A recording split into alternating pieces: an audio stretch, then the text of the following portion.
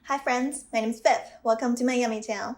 Quick shout out to Hector, my new friend and subscriber, who asked for the recipe for spring roll wraps, which made me super hungry for spring rolls. So today we will be making spring rolls from scratch. To Hector and everyone who loves this crunchy, delicious snack, this one is for you.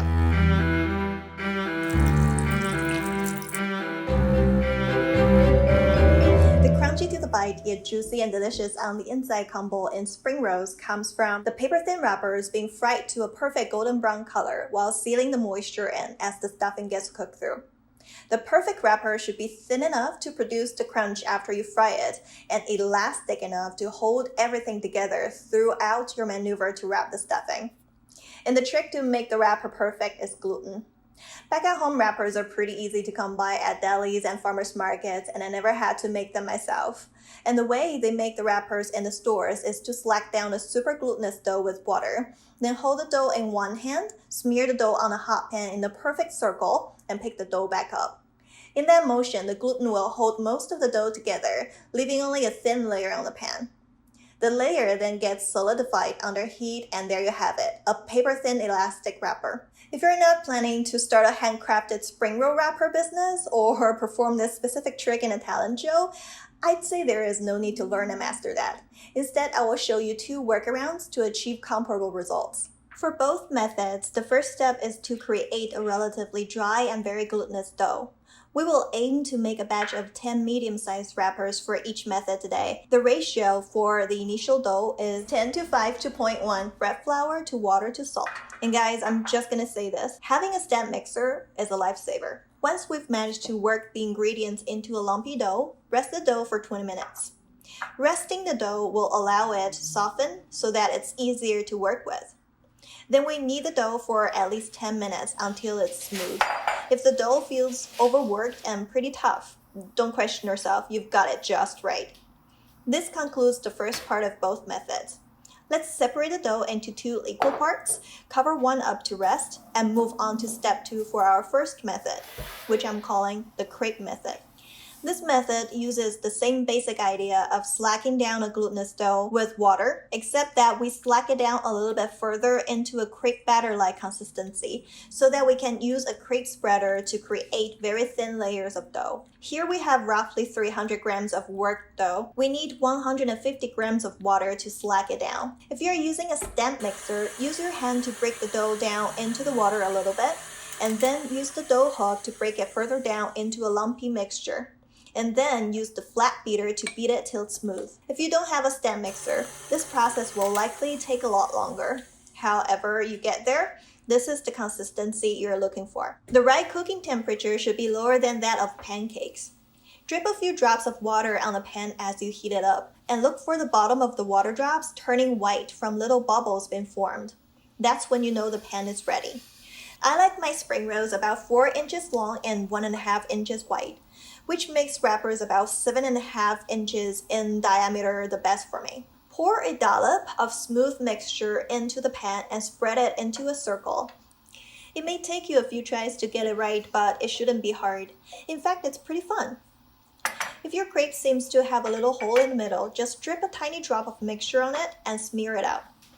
When you see the edge of your wrapper start to turn white and lift off, use a spatula and your hand to lift the wrapper off and flip it. Let it cook for another 15 seconds and remove it from the pan. Then repeat the process till your dough mixture is gone. It's easiest to use them quickly, but if you won't be using the wrappers immediately, store them in a plastic bag to keep in the moisture. Now let's take a look at the second method, which I'm calling the dumpling wrapper method. The idea is to first make thicker, smaller diameter pieces exactly like dumpling wrappers, then coat them with oil and stack them together. And then press or roll them out into pieces thin enough to be spring roll wrappers. So far for this method, we've completed step 1, working the dough, and step 2, letting the dough rest for at least half an hour. Now the dough should be well rested and soft enough for step 3. Making dumpling wrappers. Our goal is to make at least 10 dumpling wrappers that are 4.5 inches in diameter and about 1/10 of an inch in thickness. You can use whatever method you are most comfortable with to achieve that.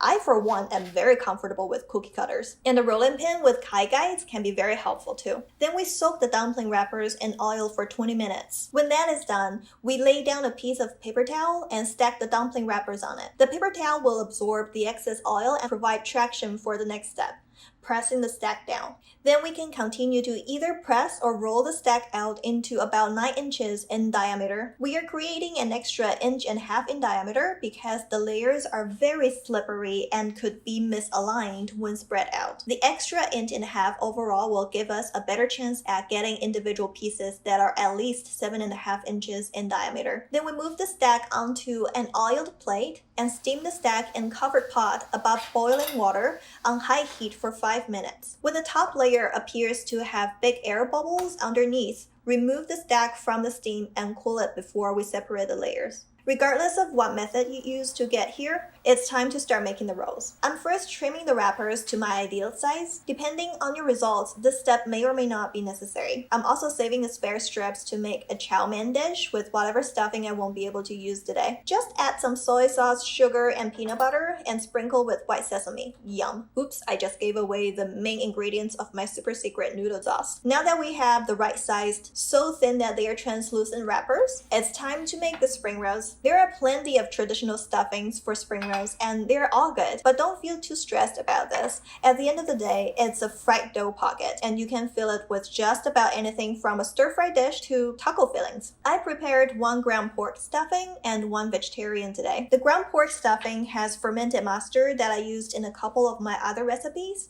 I will include the links in the description if you want to check them out. Whenever I planned a meal and ended up with spare ingredients, I could always easily incorporate the spare ingredients into some sort of stuffing for dumplings, spring rolls, or pancakes. Being exhaustive and resourceful with ingredients is a big part of Chinese food culture, and I relate strongly to it. So strongly that I could almost consider wasting food a pet peeve. To make the spring rolls, first we lay down the wrapper with the intended outside edge facing away from us. We can also wet the wrapper a little so that it sticks better when wrapped. Then we pile the stuffing into a strip about 4 inches long and 1.5 inches wide, about 1.5 inches away from the near edge. Then we fold the near edge up over the stuffing, fold both sides up, and roll the rest of the wrapper around to create a seal. Let's watch it one more time.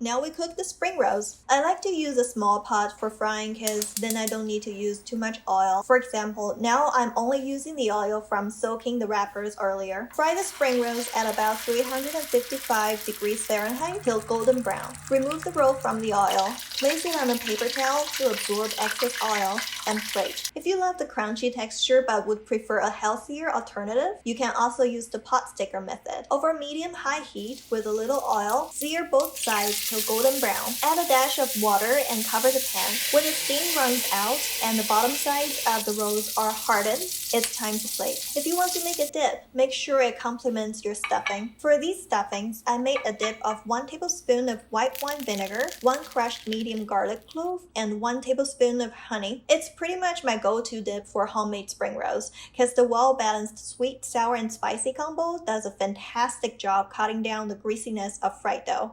There you have it, the solved mystery of spring rolls and their wrappers. I hope you enjoyed my video and my food. I'd love to hear in the comments how it went for you and what stuffings you tried. Come back to Yummytown for more or subscribe to stay connected. Either way, I love it. Thanks for watching.